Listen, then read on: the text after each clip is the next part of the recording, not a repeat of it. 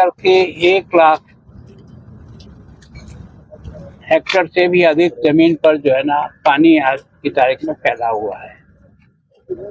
जगह जगह कई तरनताल इस दृष्टि से अभी तक तो थोड़ा बचा हुआ है, जबकि फिरोजपुर में कम से कम काफी लोगों को 8 कैंप लगा करके भी उसमें उनको सबको ला करके रोका हुआ है। यहाँ ये है कि अभी तक केवल 60 लोगों को निकाल करके लाए हैं और ऐसी कोई छोटे मोटे जो है ना बस्तियां हैं जहाँ थोड़ा सा पानी का दबाव है। तो मैं सोचता हूँ कि पानी का जो छोड़ रहे हैं सामान्यतः पहले से सूचना देते हैं और यहाँ तक पानी पहुँचने में कई बार 12 से लेकर के 24 घंटे 48 घंटे लगते हैं। लेकिन बाढ़ की स्थिति जो है ना जैसा ये बता रहे हैं, मुझे तो यही ध्यान था कि 2.5 तक पानी छूटेगा, लेकिन जैसा बता रहे हैं कि 3 से भी अधिक हो सकता है।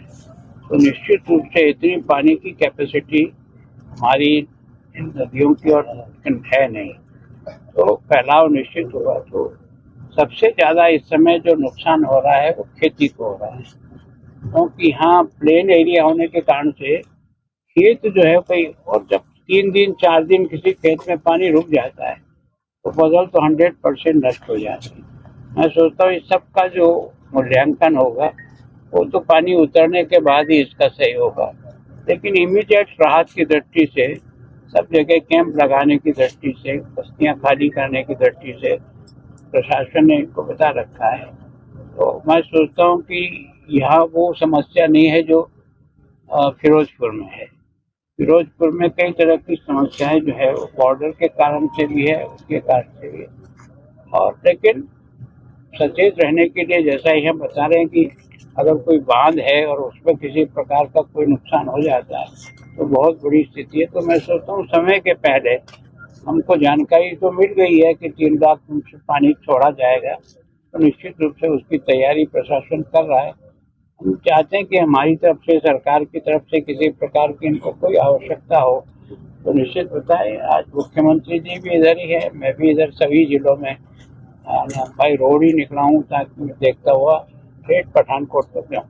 आप पुनर्वास जो है या राहत कैंप जो बने हैं, आप संतुष्ट हैं अभी तक? मेरे हिसाब से मैंने यहाँ जो है ना एक कैंप तो स्वयं ने प्रत्यक्ष देखा है, लोग भी संतुष्ट हैं, पर वहाँ के लोगों की एक जो समस्या जो वहाँ उन्होंने बताई कि वो 70-70 साल से उस जमीन पर खेती कर रहे हैं, उनके बाप दादा और कई पीढ़ियाँ यहाँ हुई है, लेकिन उनको जमीन का राइट नहीं है।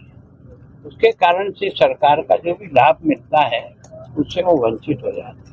और दूसरा ये कि केवल एक बार नहीं, ये जब भी बाढ़ का पानी इससे ज़्यादा आता है तो उन लोगों को तो हमेशा इसी तरह की समस्या का मुकाबला करना पड़ता है। सर सेंटर ਨਾਲ ਕੋਈ ਗੱਲ ਹੋਈ तो निश्चित रूप से केंद्र सरकार ने, मैंने भी होम मिनिस्टर केंद्र से बात की है, उनको सारी जानकारी दी है।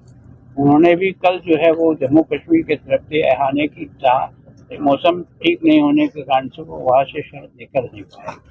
प्रधानमंत्री जी ने स्वयं ने भी, मैं मुख्यमंत्री से बात करके हर प्रकार की सहायता देने की बात की, लेकिन सारा असेसमेंट तो यहाँ लोकल करके भेजेंगे, तो फिर अगर आवश्यकता होगी तो केंद्र अपनी टीम भेज करके भी सारे नुकसान को देखेंगे और नुकसान देखने के बाद केंद्र सरकार पूरा मदद।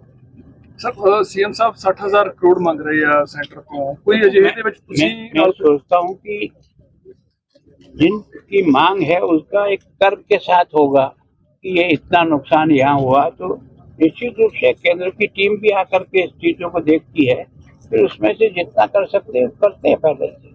और आपदा राहत का पैसा हर स्टेट को पहले से ही चला जाता है, वो तो एक निश्चित कोटा है हर साल का, चाहे आपदा आए चाहे नहीं आए, वो पैसा रहता है सरकार के पास, वो तुरंत एक बार खर्च कर सकते हैं और आगे के लिए जो भी नुकसान है उसकी भरपाई के लिए रिकॉर्ड बनाकर भेजते हैं, सरकार उसको मदद करती है। ठीक है।